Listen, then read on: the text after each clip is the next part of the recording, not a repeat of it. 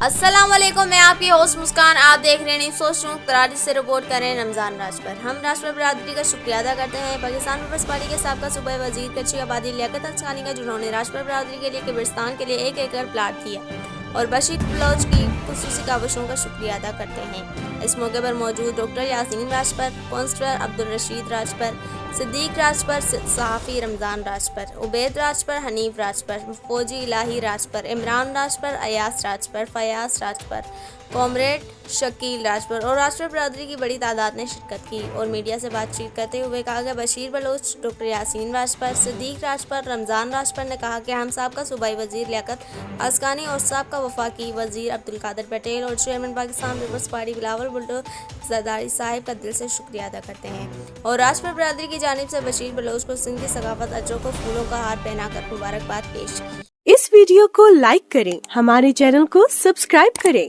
और bell icon जरूर press करें हमारी न्यू वीडियो सबसे पहले देखने के लिए।